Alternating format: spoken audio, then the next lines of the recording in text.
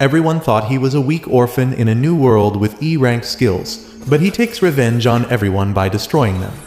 Mimo was a troubled kid who got abused in his own house by his mother's new boyfriend after his father's death. The poor kid got beaten up every day while getting barely anything to eat as he cowered in the corner covering himself, while his horrible mother watched the television, ignoring her shouts of pain. He ended up growing up to be a lonely kid who was weak and didn't have any confidence. He wakes up from a nightmare of getting beaten up by his stepfather when he hears the bully of his class named Sho messing with a nice girl named Aya. He takes away her book and waves it around the air, making fun of her for reading girly novels, because this negative imbecile can't understand that a girl will read girly novels. Mimo imagines how, in a TV show, he would stop the bullying and win everyone's admiration. But he knows that in reality, no one on the bus cares, and if he stands up for her, his weak frame will only get him beaten up. Most popular students support Sho, while the others laugh along to avoid being targeted. The teacher is useless, asleep, as Sho relentlessly demands the girl's phone number. Before he realizes it, Mimo stands up, looking Sho in the eye, and tells him to leave Aya alone.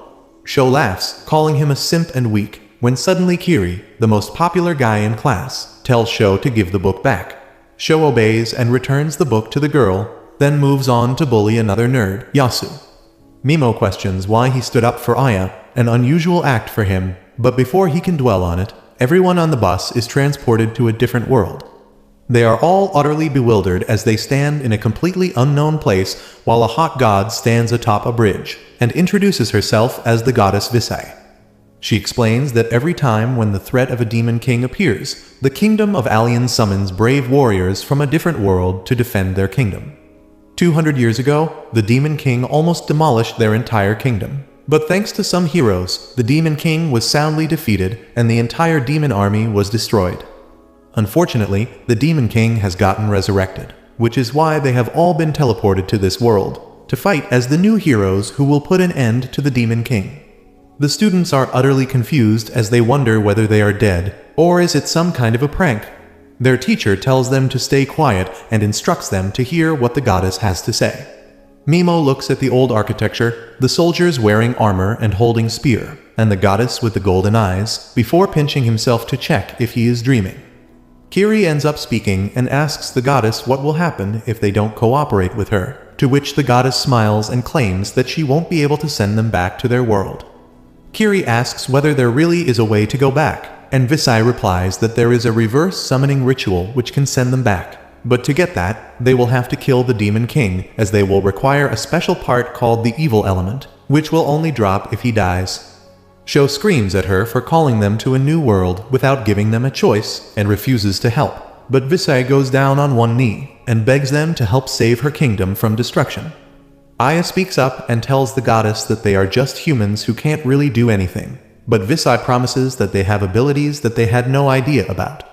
Sho still thinks that all of this is a joke, so Visai decides to prove it, and calls forth a prisoner of war and a giant demon dog. She lets the giant demon dog loose, and it immediately lunges at the prisoner before killing him. Some of the girls are horrified at this and fall to their knees, while Visai looks at the demon before chanting a spell and completely blasting the monster into flames, removing it from existence. She calls the students forward and tells them that they are going to measure their latent abilities. One by one, all the students walk up to a crystal ball and check their abilities as it glows in different colors. After the nerds were through, Sho walks up to the crystal, and as soon as he puts his hand over the crystal, it starts glowing a bright red color. The goddess looks happy and claims that he has a rank skills. Finally, Kiri goes ahead, but as soon as he puts his hand over the ball, it starts glowing a bright golden before exploding.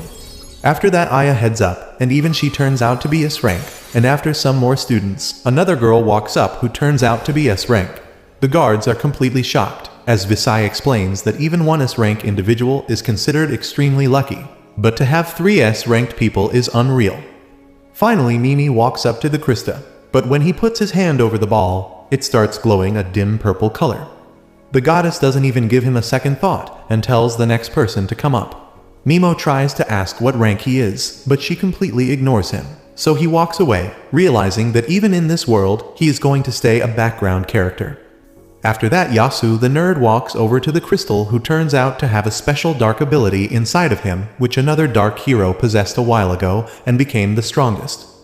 Finally, everyone checks their stats as the goddess tells them that they also have a personal ability which varies from person to person, before telling them that they have to perform a critical ritual now. She calls Mimo in the front, and he is immediately pushed by a guard. She sends him below in a dark pit and claims that Mimo is E-ranked, which is the lowest in the entire class. Historically, the E-ranked people have caused a lot of trouble, so they are usually killed. But since this time they got so many amazing heroes, she will give the E-ranker a chance to save his life, and he will be sent to the abandoned ruins, which is a dungeon far away where criminals and monsters are sent. She tells him that if he manages to survive, they will leave him alone and he will get the right to live, otherwise he can kiss his life goodbye. Mimo tries to argue, claiming that he can get better, but the goddess replies that he falls into the category of failure frame, which means that his stats are so low that even after training his ass off, he cannot get better. He gets pissed off and tells the goddess that he never chose to come here. He was summoned against his will and now is being disposed. But Kiri cuts him off and tells him that he is wasting everyone's time as the girls are already tired. While everyone agreed to him, Mimo falls to the ground, defeated, when Yasu walks up to him. Mimo remembers the time when he helped Yasu after he got bullied, but Yasu rejects him and tells him that an E-ranker should talk with more respect to their superiors. Mimo loses all hope as the goddess commences the ritual and throws a leather bag as his special item, which is completely useless. Aya tries to defend Mimo by saying that this is wrong. Frustrated beyond belief, he raises his arm and uses the paralyze spell at the goddess, who easily manages to block it, before calling Mimo a loser for even trying to hit her with his E-ranked skills. Kiri also tries his spell, which creates a huge fireball, as he claims that he was just checking by letting a small amount of mana in the spell. Everyone laughs at the power difference between a loser like Mimo and themselves, while Mimo simply puts his head down as tears fall down his cheeks. He remembers how his younger self used to cry, when suddenly his soul tells him to stop acting like a good person and show them the true nature of your heart, the nature that you have been trying to repress for so long. Mimo finally lets it all go as he looks up with hate-filled eyes and tells the goddess that she is a rotten hoe, and warns him to be ready for him if he ever comes back alive. He immediately gets transported into a dark cave where he tries to open his status but fails because of the low light. He pours some mana into the leather bag and the gem starts glowing, which he uses as a lantern as he moves through the cave. Suddenly he realizes that he has been walking on skeletons, which scares him. He wonders what could have killed all these people when a monster tries to attack him, which he barely dodges and starts running away. The monster starts chasing him while Mimo runs with all his might, thinking whether he should turn around and fight, but his heart knows that the level difference is so great that he will simply die the moment he stops. He starts crying out of fear and gets knocked to the ground because of a rock jutting out of the floor. He turns around to see his death in its face, while frustration over his life takes command of his body. Just as the monster was about to kill him, Mimo ends up trying a last-ditch effort to save his life and shoots the paralyze spell, which to his surprise actually petrifies the monster in place. He immediately gets up and starts running away, but soon he reaches the end of the cave where another bird demon walks up to him, with the raw intent of killing him. Mimo immediately raises his arm once again and uses the paralyze spell, which again freezes the enemy. He realizes that it wasn't a fluke and his spell actually works, but he starts feeling tired, so he opens his stats and notices that his mana was almost completely gone. He realizes that he has another skill left, so he tries to cast a poison spell on the monster, which works very well as the demon starts turning black and bleeding from its body. Mimo sits down on the cave floor wondering why his spells are being so effective against these demons when suddenly he hears something behind him. He turns around to see that the Minotaur demon has managed to break off the spell and is ready to land the killing blow on Mimo. But this time, instead of running away, all the hatred for everyone who treated him badly comes back to him. And even after being completely depleted, he raises his arms towards the demon, determined that from now on he will kill to live his life, and challenges the demon to fight him, not knowing whether he will survive this time or not. His body quickly goes into a flight or fight mode, where he starts thinking about any way to escape this situation, while he gets completely surrounded by multiple monsters waiting to devour him. He wonders what will happen if he tries to use skills even though he doesn't have any mana as in the games he played. When a person did that, they ended up dying. He decides that he doesn't have any options as if he doesn't try. He is definitely getting killed. So he turns towards one of the monsters and uses his paralyze spell on it. The spell doesn't work, and the monster starts attacking him relentlessly, while he tries to dodge and back off. He realizes that using the same spell twice on a monster won't be very useful, when suddenly he notices that he has unlocked a new spell called Sleep. Just when the monster was about to flatten him into dirt, Mimo ends up using the Sleep spell on it, and to his surprise, the monster stops in its tracks and falls over to the ground, motionless. He immediately uses his poison spell on the beast as well, so that it doesn't come back to attack him later. But using these skills without having any mana is taking a toll on his health. Before he could even make a plan, he notices that a huge horde of monsters is running towards him at full speed, while he wonders whether he has enough health to deal with all these monsters or not. He uses his magical bag as a flashbang, which blinds the monsters, after which he starts using his paralyze spell on all of them, stopping them immediately. He stands there wondering whether he should use poison spell on all of them as well, but realizes he doesn't have enough health for that. Suddenly, to his horror, a bunch of other monsters emerge from the depths of the dungeons, completely overwhelming his senses. But he decides that he won't die without a fight, and starts using his paralyze ability on any monster that would come near him.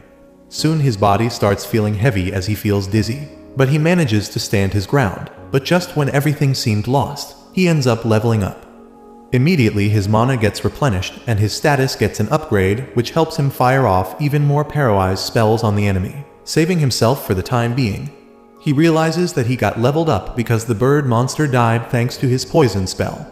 This gives him an idea as he starts paralyzing all of them, determined to gain as many levels as possible, while he fights for his life. He realizes that he has gotten a new skill, which lets him target a whole group at once, so he paralyzes them all together. As he wonders why his spell didn't work on the goddess, because ever since he came to this dungeon, the success rate has been 100%.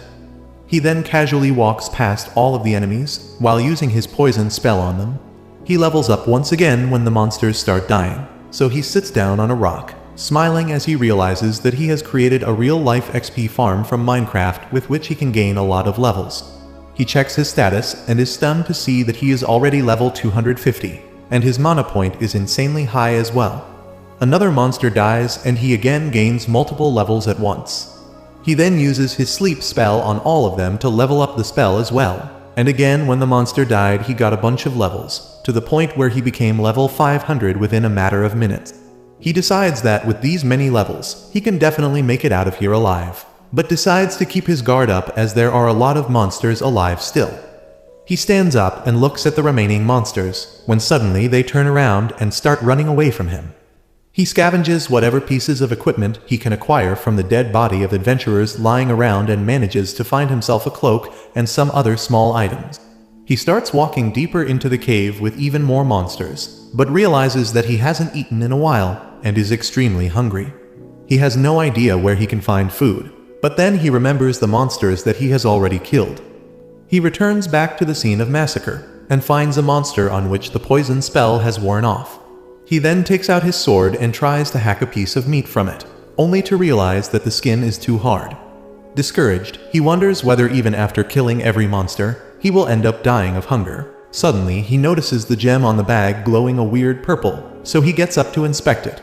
To his surprise, he opens it to find some jerky and a bottle of Coke inside. This brings tears to his eyes as he hungrily drinks the liquid, almost choking on it. He starts munching on the jerky in peace, wondering how this bag works, and whether he will get more food from it or not. 2 days pass by since he arrived at the dungeon, and soon enough he became strong enough that he could defeat huge hordes of deadly monsters easily, while simply sitting down on a rock and spamming spells on them, thanks to his near-infinite mana pool. He looks around himself at the scene of massacre, and wonders sadly what he did so wrong in life that he is being treated this way. He remembers how, when he was young, he used to dream of killing his mother's boyfriend, knowing that if he didn't kill the man, one day the man would definitely kill him. Thankfully for him, his life took a turn when his aunt and uncle saved him from his miserable life and started taking care of him. It was then he decided to become a good human being who was always kind to others, but he snaps back to reality. looking around the mayhem he has caused while he feels no sadness at their death. He realizes that he was always a monster and decides to accept it, as he gets leveled up again to level 950. After that, he wanders even deeper into the dungeon where he finds a floating eye monster which he kills immediately with his paralyzed poison combo and moves ahead. He finds a room where 2 adventurers seem to have died, so he checks their belongings and finds a bag full of gems which he takes and moves on. He finds a giant room which he opens it to find another skeleton inside. He finds the wound from which the man died and finds a parchment of paper with some words on it. He reads it to find out that the skeleton belongs to the Dark Hero Visi was talking about. The Dark Hero writes that he was sent here by the evil goddess Visi when she had no use for him, and tells anyone who finds this letter to never trust the goddess. He angrily folds the parchment in his hands, realizing the Demon King is not the only evil person in this world, as he himself and the goddess both are equally evil. Inside the hero's bag, he finds a giant magical book filled with dark magic techniques on making items and spells. He checks the scroll beside it, but is unable to read it, so he puts it in his bag before taking the dead hero's clothes. He suddenly notices a splatter of blood on one of the pages which said that the Soul Eater killed everyone. Mimo thanks the dead hero and walks outside through the galleries till he finds a giant door. He realizes that he needs to fit something for the door to open, so he checks his stats only to see that he is level 1200 now. He wonders whether he is strong enough to kill the Soul Eater, which is present in the next hallway. He tries to enter it, but immediately gets attacked by a beam which grazes his hand, forcing him to bandage it. He wonders how can he defeat such an entity which even defeated the Dark Hero, which means that this Soul Eater is definitely the final boss and the key to escape this place. Suddenly, the Soul Eater starts moving forward and pukes out a bunch of goop, which turns into half-dead humans that start walking towards Mimo. He paralyzes them, but is unable to use poison as they still look human, while the Soul Eater breaks through the wall and starts screaming. Mimo is left in mental agony as he tries to move back, but the monster pukes some more half-dead humans that push Mimo in a corner as he starts crying for someone to save him. This all seems to amuse the Soul Eater, who starts laughing at Mimo's agony, but THS is what he was waiting for. As soon as the monster dropped its guard, Mimo used Paralyze spell on it, and the Soul Eater drops to the floor with a look of surprise. Mimo laughs at the monster, claiming that he finessed the demon with his acting skills, as that was the only way for him to drop his defenses. He tells the monster that all his life he pretended to be a good human who was kind to others and would never hurt anyone, but now his true self is coming out. He doesn't care how many half-dead humans he pukes out, as it wouldn't matter to him. He is in a kill or be killed world, so any moving thing with the intention to hurt him, regardless of whether it's a monster, a half-dead human, or an actual live human, he will kill them all the same without any regrets. The Soul Eater starts bleeding from its eye while Mimo simply walks up and uses sleep spell on everyone around him to finish them once and for all. After a while, the Soul Eater ends up dying, and suddenly, a bunch of souls escape from its body and become ethereal forms of humans who thank him for beating this monster, as they were trapped inside this demon with no way of escaping while it killed even more humans.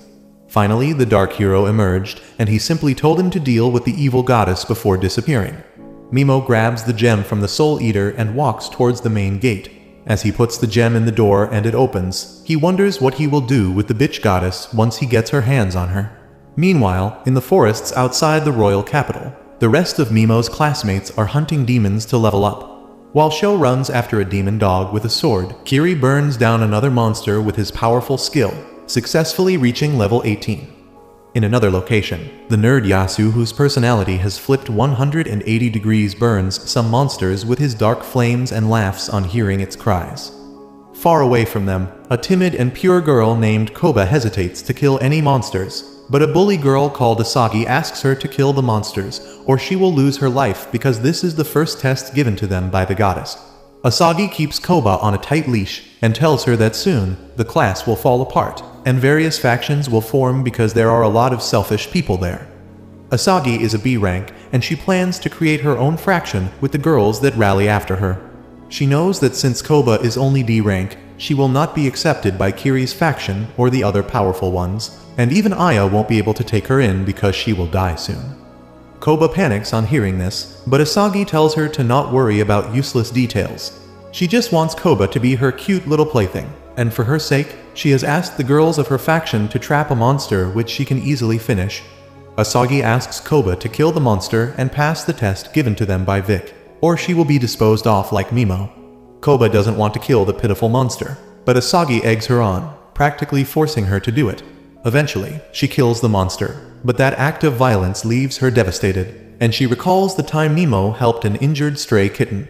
She begins crying, thinking that she could not help Mimo. Meanwhile, Aya also returns to her senses, and the pain in her gut reminds her of how the goddess knocked her out before sending Mimo away. She immediately goes to confront Goddess Vic, who puts on a third-rate acting show, saying that she was also deeply hurt to send Mimo to danger, but it is their kingdom's policy. She adds that the ritual to dispose off the weakest member of the group will continue, and in the time Aya was asleep, she has already sent the weaklings who couldn't kill a single demon away as well. Aya truly hates the goddess at this point and tells her that her way of doing things is wrong. Vic just laughs it off, saying that everyone is entitled to have different opinions, but it doesn't mean that she will try to accommodate them. Aya then suggests that as an S-rank hero, she will work really hard and cover for those who cannot perform well enough. In return, she wants Vic to not banish them. Vic accepts her idea, and then asks Aya to shake hands with her so that they can bury the past and start their relationship with a fresh perspective. Far away from them, in the dark forests bordering the abandoned ruins, a woman is running away from a group of nasty bandits that are pursuing her. However, she is too careless and leaves easy clues for the group of bandits, who plan to let her run as much as she wants, because they will eventually corner her and hunt her down. At the same time, Mimo has just come out of the ruins. He looks at his stats before going out, and finds that his mana is over 59,000. However, he is more interested in finding out the details of his skills right now. He finds that he can use the paralyzed skill on particular body parts of his target in addition to their whole body. He can also weaken his poison skill to make it non-lethal. He plans to test it out as soon as he runs into some demons, but as he keeps walking, he hears some squeaking sounds coming from behind the trees. He finds that a bunch of slimes are bullying a smaller slime, and Mimo feels pity for the little guy. However, the little slime has more guts than the average bullied kid, and it fights back against its bullies. Mimo decides that it is the correct time to test his new skills, so he paralyzes all the slimes, and then uses the non-lethal poison on the bully slimes. He then dispels the poison and paralyzed skills from the bully slimes, and makes them run away. He then turns to the small slime and tells him that he did good in fighting off the bullies. Mimo tells the slime that he is going to release it from the paralyzed skill, and asks it not to attack him. He releases the paralyzed skill and goes on his way, but the slime starts following him instead. Mimo thinks that the slime is also an outcast like him, so he decides to adopt it. He puts the slime in his hood so that it can keep watch behind his back and alert him in case of any danger. Meanwhile, Mimo reads the book on forbidden arts by the Dark Hero. There is a recipe about a medicine that can strengthen even slimes. Mimo talks to the little slime, informing him that he is on a journey for vengeance against those who wronged him. He asks the slime if he still wants to follow him, and he affirms. Mimo is glad to hear that, and he names the slime Pigimaru, and the slime likes his new name. Mimo keeps walking ahead with that, when suddenly, he is surrounded by the bandits after the mysterious woman. The bandits were trying to make her run out of stamina, but on the way, they picked another presence, so they came here for some fun. The leader of the bandits asks Mimo to hand over everything of value he has, and then they may spare him. Mimo is terrified now, because the bandits look terrifying, and he has not fought any human before. The bandits get into an argument about hurrying to catch the girl as opposed to wasting time with random nobodies, and Mimo tries to sneak away using this chance. However, the leader of the bandits tells him to stop immediately. Mimo begs him to let him live, but this makes the bandit even more intent about killing him. He rushes towards him, but it turns out Mimo was just acting to be scared. He uses his paralyzed skill to immediately stops the bandit leader's movement, and then he takes his time to berate the bandits, calling them scum because even though they are much weaker than the demons of the ruin, their evil intentions are even more intense than them. Even Piggy is furious at the bandits, and Mimo says that killing such people won't weigh on his conscience, and he would rather be happy that he eased the burden on Earth significantly. He casts poison spell on all the bandits, and once they all die, Mimo notices another presence nearby. The presence belongs to the mystery girl, who has used a special technique belonging to her tribe to summon a spiritual armor to protect herself. She can also feel Mimo's presence and tell that someone really powerful is nearby, but the vibe they give off is quite uncertain. The girl doesn't want to leave things to chance, so she swings her sword around, cutting through a bush where Piggy was hiding. Just then, Mimo arrives behind her and paralyzes her. She stutters as she asks what does he want, and he says that he just wants information because he is new to this area and knows nothing about it. The girl asks him about the 4 bandits, and Mimo asks if they are her comrades. She refuses, and he believes that she is telling the truth because she is not oozing out evil intent like them.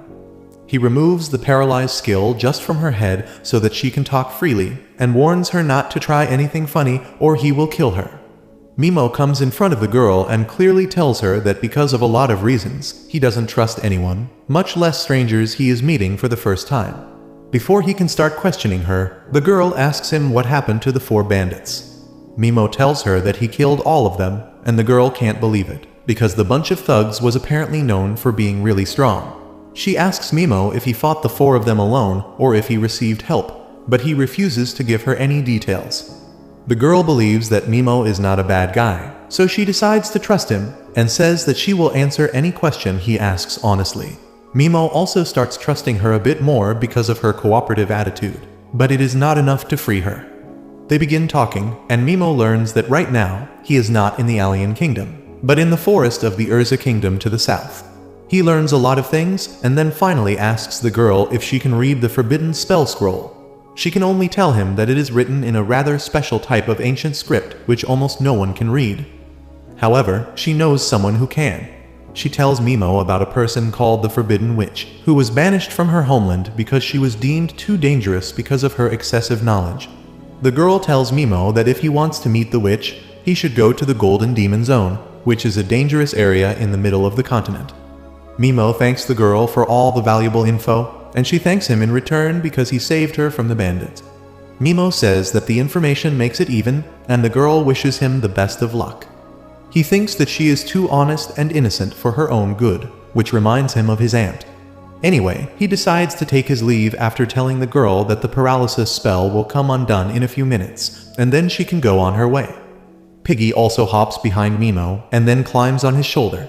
They talk about how it is unlikely that the girl may attack them once she is freed from the paralyzed spell, but Mimo still wants his slime partner to watch his back just in case, and he is eager to help in any way he can. If you liked this video, make sure to subscribe and check out